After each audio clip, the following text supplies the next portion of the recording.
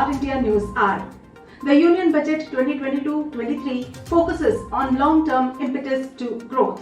The Finance Minister presented the Union Budget 2022-23 in the midst of the third COVID wave Omicron. The budget this year focused on building a governance and policy strategy for the next 25 years, that is Amrit Kaal period, which also seeking to continue measures undertaken over the last 2 years to support the economy affected by COVID-19.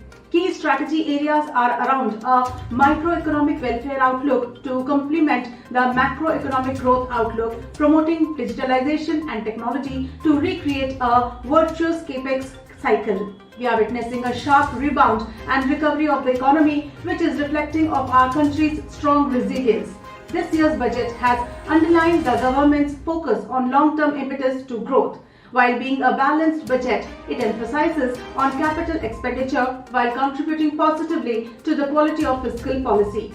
While fiscal prudence and management is concerned, the fiscal deficit is projected at 6.4% of GDP for 2022-23 BE, with intent to reach a fiscal deficit level below 4.5% of GDP by 2025-26, with a fairly steady decline over the period. The fiscal deficit in RE 2021-22 is pegged at 6.9% of GDP. To enhance the agriculture and rural economy, Kisan drones will be promoted for crop assessment, digitization of land records, spraying of insecticides and nutrients, and the scheme under PPP mode to be launched for delivery of digital and high-tech services to farmers.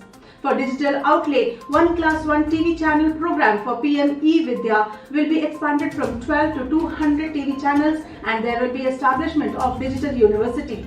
It has been proposed to introduce digital currency by RBI using blockchain technology starting 2022-23, and there will be 75 digital banks in 75 districts, which will be set up by scheduled commercial banks to encourage digital payments. And finally, the tax proposal. The government has proposed that transfer of any virtual digital asset, that is crypto tax, will be taxed at 30%, and the proposal to reduce surcharge on cooperative societies to 7% for those whose income is between Rs 1 crore and Rs 10 crores. Let's look into today's headlines in VARINDIA. Centre will introduce stricter social media norms, says Ashwini Vaishnaw. Union Electronics and Information Technology Minister Ashwini Vaishnaw told Rajya Sabha that the government is willing to bring stricter rules to make social media companies accountable and ensure the safety of the citizens on the internet if there is consensus in the House. He said social media needs to be made more accountable and stricter rules in this regard are required. We have to bring about a balance and consensus to make social media accountable to ensure the safety and security of our women and our future generations, he added. Metaverse has become the talk of the town. The key thing to remember is that it doesn't specifically apply to just one type of technology, rather a collection of new technology that makes up the Metaverse itself. The Metaverse is important because it is considered to be the future, and it is vital to know how that might impact our society. If some people are to be believed, then the Metaverse will be the next internet, and everyone knows how important that is in our daily lives. On the other hand, the debate over the Metaverse, overhyped or underrated, has already been triggered, and the internet is flooded with discussions related to it. iPhone flaw exploited by Israeli spy firm. A flaw in Apple's software exploited by Israeli surveillance firm NSO Group to break into iPhones in 2021 was simultaneously abused by a competing company, Quadream, the sources said is a smaller and lower profile Israeli firm that also develops smartphone hacking tools intended for government clients. Experts analyzing intrusions engineered by NSO Group and Quadream since last year believe the two companies used very similar software exploits known as forced entry to hijack iPhones. Hackers exploited zero-day vulnerability to spy on users. A threat actor, likely Chinese in origin, is actively attempting to exploit a zero-day vulnerability in the Zimbra open-source email platform as part of spear phishing campaigns.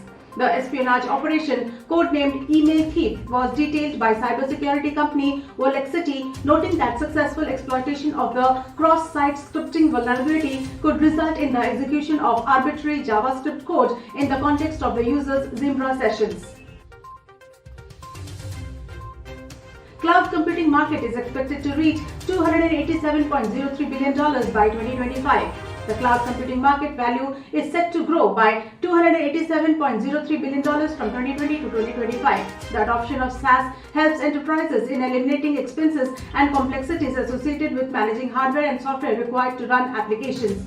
Moreover, SaaS also enables easy access to IoT, data analytics and AI platforms, which aids businesses in making business decisions. As a result, there will be a high demand for SaaS solutions. The growth of the SaaS market segment is expected to be significant during the forecast period. That's all for now. Please like, share, comment and subscribe to VARINDIA News magazine. You can download the VARINDIA app from Google Play Store and Apple App Store for the latest news and updates. Stay tuned. Thank you.